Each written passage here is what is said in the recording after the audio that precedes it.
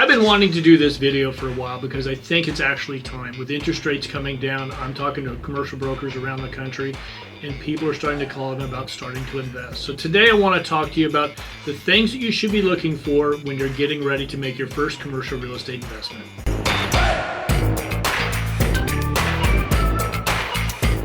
So let me tell you about my first investment, because when we started investing, it was scary. I wasn't really sure what I was doing, but I talked to a lot of people. I really learned the process.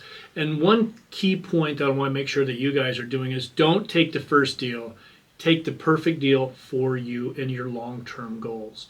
You want to be in the mindset that you're building for the future. You're thinking about the right foundation to build your future on. And today I'm going to walk you through exactly what you need to look for so your first deal set you up for long-term success. So let's talk about the first deal. You want to make sure you're looking out for stability over speculation. You need to get it out of your head that you're going to chase that flashy once-in-a-lifetime return you saw with somebody on Instagram or TikTok, wherever you saw it. You got to get that out of your mind right away. What you really want is a property that gives you consistent cash flow, helps you build credibility, and teaches you how to play the game. Think of it as your real estate training ground, actually. You're not trying to hit a grand slam. You're trying to get on base and stay in the game. That's where you're going to get on this first property. For most first-time investors, the sweet spot is typically something straightforward and resilient. That usually means that you want to do something you're familiar with, or at least you have a little bit of knowledge on, because there's so much to learn, you don't want to get overwhelmed.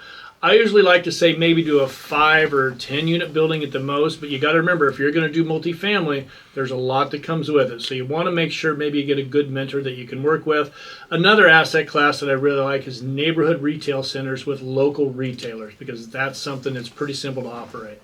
They spread out your risk across multiple tenants, and they're less likely to sink you if one tenant actually leaves. So I want you to compare that to a single tenant net lease property, that if the client leaves, now you're just covering the mortgage all on your own. So that's why I suggest these, and I think these would be the best place for you to get started. Almost every book that you read or every video that you watch on real estate investing, you hear location, location, location, but they don't really dive into what that really means. And in commercial real estate, it goes a heck of a lot deeper.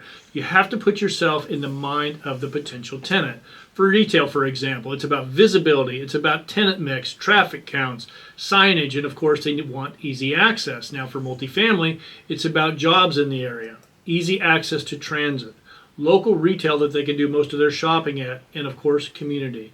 Your first property should be in a market with strong fundamentals, because even if you don't get everything right, a great location can cover a lot of mistakes. Now here's some things I want you to watch out for, because this is where a lot of people either freeze or they rush in blind, and that's the numbers. Don't overcomplicate it. Focus on these 3 key metrics. Okay, so the first metric is one you hear every commercial real estate investor talk about, actually every commercial real estate broker too, and that's cap rate. And it's simply, does the return make sense for the risk? Now, for those of you that don't know, a cap rate is a metric that measures the profitability of a property by dividing its net operating income by its current market value. So we're on to the second metric, and it's cash on cash return. What it's really looking for here is what's your actual return on the money you're putting into the investment. So this formula is annual pre-tax cash flow divided by total cash invested. A higher cash on cash return generally indicates a more profitable investment. And we're on to the third metric, and that is debt coverage ratio. I see a lot of new investors' eyes crossed when we talk about this one, but it's simply, can the property comfortably cover its loan payments? Now this is calculated by dividing the net operating income by the total debt service. So a DCR greater than 1.0 indicates that the asset generates enough income to pay its expenses and debt while still returning money to the investor. Now, while a ratio below 1.0 signals potential financial difficulty in the future. So those are the 3 key metrics you really need to be paying attention to, because you got to remember that numbers don't lie. Now, if you're unsure about these numbers, you want to make sure you lean on an experienced broker or a mentor, or somebody that can help you with the underwriting. You don't want to guess your way through this math. Now, let's talk about something a lot of new investors overlook, and that's buildings don't pay rent. The tenants do. So you have to qualify the tenants as well. Now for retail, what you want to look for is the quality and the stability of the business. How long are the leases, and are the tenants good and healthy? Now for multifamily, you need a breakdown of the units. Who are the renters? Is it families? Is it students or young professionals? A strong tenant base is your safety net. You have to underwrite the tenants as much as the property because your cash flow depends on them showing up month after month. And here's something a lot of investors tend to overlook, and that's how's the property going to be managed, because the best deal in the world can turn into a nightmare if it's poorly run. So you have to ask yourself, are you going to self-manage, or are you going to hire a professional management team? Now, there's cost to that. So your first deal should be something you can easily handle without it consuming your life. Start with manageable complexity and grow from there.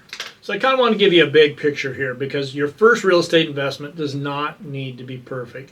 It just needs to be solid. It's a property that gives you stability, it teaches you the ropes, and helps you build your confidence for bigger opportunities ahead. Now, a key thing by doing this video, I don't want this to be intimidating for you, because you have to think about every great investor started with their first deal. This is where you lay the foundation for your future. And trust me, once you get that first win under your belt, the doors are just going to start opening for you. Thank you for watching the video. I hope you found this to be very helpful. I know it can be kind of daunting to take that first investment in, but if you have any questions, please put it in the comments below. And if you could, please give us a like. And if you haven't done so, make sure you subscribe.